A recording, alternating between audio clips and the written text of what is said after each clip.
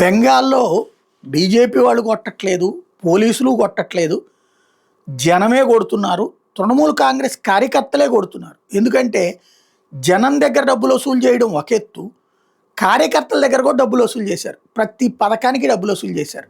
నెలకు 1000 రూపాయలు ఇచ్చే పథకానికి డబ్బులు వసూలు చేశారు, హాస్పిటల్ పథకానికి డబ్బులు వసూలు చేశారు.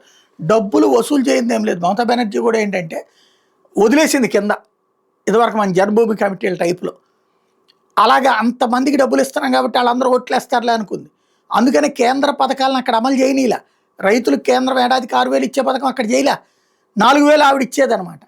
అంటే అప్పుడు ఇక్కడ అడగనీయకుండా అట్లాంటిది. అక్కడిక ఏ డెవలప్మెంట్ చేయకుండా ఓన్లీ డబ్బులు పంచుకుంటా కూర్చుంది. ఇప్పుడు ఆ డబ్బులు కాస్త రివర్స్ అయినాయి. జనం ఈ కింద కార్యకర్తలకు అప్పచెప్పింది కదా ఇవి శాంక్షన్ చేయడం. ఈ శాంక్షన్ చేసే క్రమంలో ప్రతి ఒక్కళ్ళు లంచాలు తీసుకున్నాడు. ఇల్లు ఇప్పిస్తాననినో, పెన్షన్ ఇప్పిస్తాననినో, హెల్త్కి సంబంధించిన ఇప్పిస్తానని.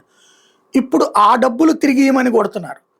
ఆ డబ్బులు వసూలు చేసినందుకు కొడుతున్నారు. కొడుతోంది జనాలు, సొంత తృణమూల్ కాంగ్రెస్ కార్యకర్తలు.